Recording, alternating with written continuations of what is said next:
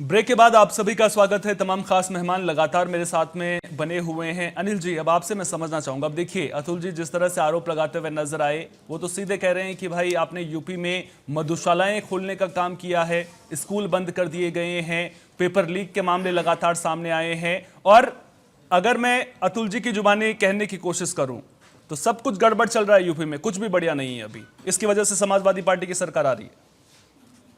सोहन जी, मैं एक एक बात का जवाब दूंगा।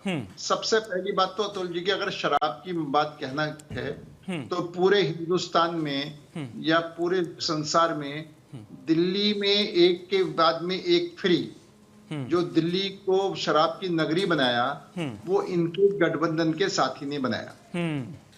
इन्होंने उस गठबंधन साथी को अभी तक अपनी गोद में बैठाल कर रखा हुआ है। सोहन सिंह जी फिर ये बदला ले रहे हैं कि उत्तर प्रदेश से लड़ा है। इससे बीच में बोलने की जरूरत नहीं है भैया मेरे, मैं आपका सम्मान करता हूं। नहीं, मैं आपसे एक सवाल ही पूछ रहा हूँ, तो अगर दिल्ली में किया है तो आप बदला ले रहे हैं क्या इनका? भाई मेरे पहले दिल्ली में इनके एक सहयोगी ने शराब ज्यादा बेची तो आप बदला ले रहे हैं? आशीष जी एक मिनट रुकिए ना। आशीष जी एक मिनट रुकिए ना, इनकी बात पूरी होने दीजिए। देगी और उत्तर प्रदेश की जनता जवाब दे भी चुकी है। लोकसभा चुनाव में, लोकसभा चुनाव के दौरान अनिल गोयल साहब, अगर आप देखेंगे कि आप नहीं, आपने देखा होगा अतुल जी एक मिनट रुकिए ना। अतुल जी ठीक है रुकिए वाली आई थी सर, किसी को कुछ समझ नहीं आएगा। एक मिनट रुकिए, कोई भी अनिल जी आ रहा हूं आपके पास।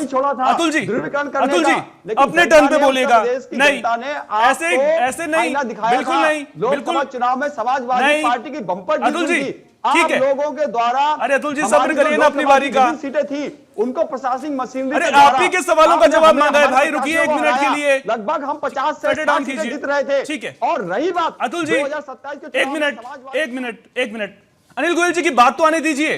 काउंटर तभी तो आपसे लूंगा, जो आपने बातें कही है उन्हीं पर तो जवाब ले रहा हूं मैं। अनिल जी अपनी बात रखिए। हाँ, मैं ये पीटीए की बात कहते हैं, क्या बाकी उत्तर प्रदेश के अंदर देशों में बाकी जाति नहीं है, बाकी धर्म नहीं है? यानी ये देश को बांटना चाहते हैं जातियों के आधार पर, धर्म के आधार पर, और बांटने का राजनीति करना चाहते हैं। बाद में पीडीए कहते हैं। क्या पीडीए के अलावा लोग देश के नागरिक नहीं हैं? जिस तरीके से पीडीए कह के इन्होंने बाकी सब लोगों को ठुकरा रखा है, वो इनको नुकसान दे रहा है बहुत ज्यादा। एक बड़ा और स्पष्ट बात है, ये जो धर्म की बात करते हैं, जो राम भक्तों पर गोली चलाएं, वो सनातन धर्म की बात करते हैं। जो मायावती को गेस्ट हाउस में मारने की कोशिश करें, मायावती गेस्ट हाउस को मारने की कोशिश करें, ये बात करते हैं। जो सफाई में युवा जब नौकरी के लिए जाते हैं या दलित समाज के युवा जाते हैं तो नॉट फॉर वाली प्रक्रिया के माध्यम साक्षात्कार में ये क्या था, यानी कि पिछड़ों का हक खाना है। आप लोगों के द्वारा हमेशा पिछड़ों का दोहन किया गया। उत्तर प्रदेश जो है 80% तो उसमें जातियां पीढ़ी जातियां हैं, ये सबक सिखाएंगी। अभी आपने देखा होगा उत्तर प्रदेश का विकास करना, कहीं ना कहीं ब्राह्मण समाज की बैठक हुई तब आपके आपकी पार्टी के आपके पार्टी के राष्ट्रीय अध्यक्ष जी के द्वारा या प्रदेश अध्यक्ष जी के द्वारा वो आपको नोटिस दिया गया। जब छत्तीस समाज की या राजपूत समाज के विधायकों की बैठक हुई थी तब तो आपके नहीं थे, तो जो आपके जो विधायक है ना वही आपकी सरकार को डुबोएंगे। अरे भाई ऐसे तो चर्चा नहीं हो पाएगी, बिल्कुल भी नहीं हो पाएगी। ऐसे तो चर्चा नहीं हो पाएगी, बिल्कुल भी नहीं हो पाएगी। पिछले 30 सेकंड से आप दोनों लोग क्या बोल रहे हैं, किसी को कुछ समझ नहीं आ रहा है। एक मिनट ठीक है। अरे अतुल जी धारा प्रवाह बोल रहे हैं आप तो। अरे सर भाषण का मंच नहीं है ये, एक मिनट रुकिए। राज्य उत्तराखंड वापस आएंगे। अरे ठीक है सर, ठीक है ठीक है ठीक है ठीक है। उन्होंने अब समाजवादियों का बजट आएगा। अरे भाई आप लोग सुनते क्यों नहीं है, पहले ये बताइए आप। 1,28,000 करोड़ रुपए का बजट दिया। अनिल जी एक मिनट, अनिल जी ठीक है, 15 लाख करोड़ अनिल जी ठीक है। अतुल जी थोड़ा सुन भी लीजिए ना सर। रेलवे है, एयरपोर्ट है। अब धारा प्रवाह बोलेंगे तो किसी को कुछ समझ नहीं आएगा। बात करो, सब में विकास दिखाई दे रहा है। ठीक है ठीक है ठीक है।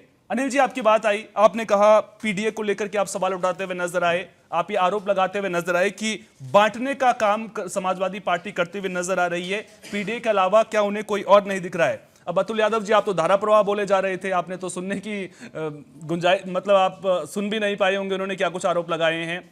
सीधा आरोप उन्होंने लगाया। आऊंगा आशीष जी आपके पास भी, अतुल जी से एक रिएक्शन ले लेता हूं। पीडीए जो समाजवादी पार्टी कर रही है उत्तर प्रदेश में, बांटने का काम कर रहे हैं सर आप। सोहन सिंह रावत जी पीडीए में जो है उसमें अगड़ी जातियों में यानी ए में अगड़ी जातियां भी हैं, अल्पसंख्यक भी हैं, आदि आबादी भी है, सभी लोग हैं। और प्रमुख रूप से जब शंकराचार्य जी हैं वो शंकराचार्य तो पीडीए से संबंधित नहीं है। शंकराचार्य जी के जो बाल बटुक थे उन पर जब पुलिस ने अत्याचार किया तो अनिल गोयल जी की जुबान से कोई शब्द निकला था?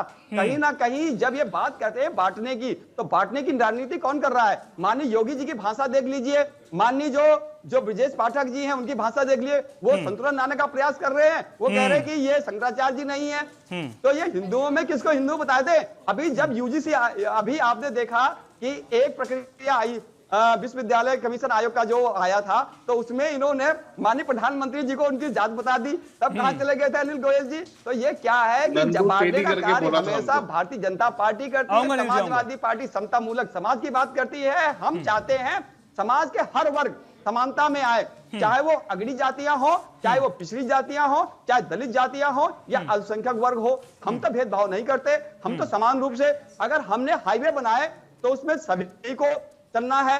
हमने अगर लैपटॉप बांटे तो हमने तो जाति नहीं देखी, हमने साइकिलें बांटी बालिकाओं को पढ़ने के लिए या वजीफा 30,000 रुपए दिया उनकी उच्च शिक्षा के लिए, तो हमने तो जातियां नहीं देखी।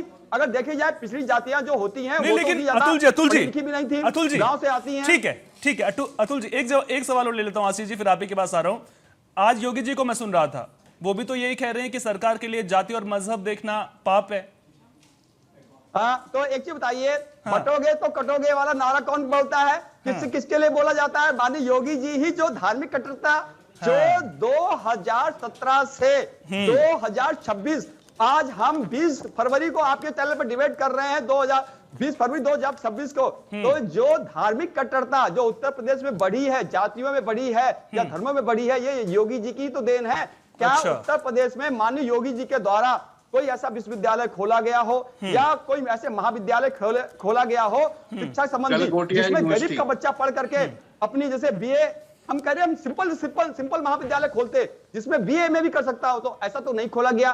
प्राइमरी स्कूल बंद करने की जो रणनीति थी, ये भारतीय जनता पार्टी की क्यों थी? ये शिक्षा को प्राइवेट करना चाहते हैं जिससे गरीब गांव समाज का बच्चा, अगर रावत जी, सोहन सिंह रावत जी आप पहाड़ से होंगे, स्वाभाविक है या हमारे, मैं जहां से इस समय डिबेट कर रहा हूं, हमारा देवभूमि से होंगे आप, तो स्वाभाविक है आपने देखा होगा यहाँ पे भी वो सरकार है, वो कहीं शिक्षा नहीं देना चाहती है, लोग पलायन कर रहे हैं। आप जिस राज्य से हैं वहां से लोग पलायन कर रहे हैं, कहां के कहां जा रहे हैं। ये सरकारों का कोई तन नहीं है, ये सिर्फ चाहते हैं कि बटोगे तो कटोगे, ये वो दुनियादारी, ये नारे अब नहीं चलने वाले हैं। उत्तर प्रदेश की जनता पढ़ी लिखी है, वहां के जो युवा हैं वो नौकरी चाहते हैं, नौकरी माननीय योगी जी से दे नहीं जा रही है। और अब धार्मिक मुद्दे पर जनता, धर्म हमारी आस्था का विषय है। भगवान श्री कृष्ण, भगवान राम, भगवान शंकर, ये सब हमारे देवी देवता हैं, ये हमारे सभी आराध्य हैं। और जो है सब जानते हैं कि भगवान हमारे दिलों में होते हैं। हमें नौकरी चाहिए, हमें शिक्षा चाहिए।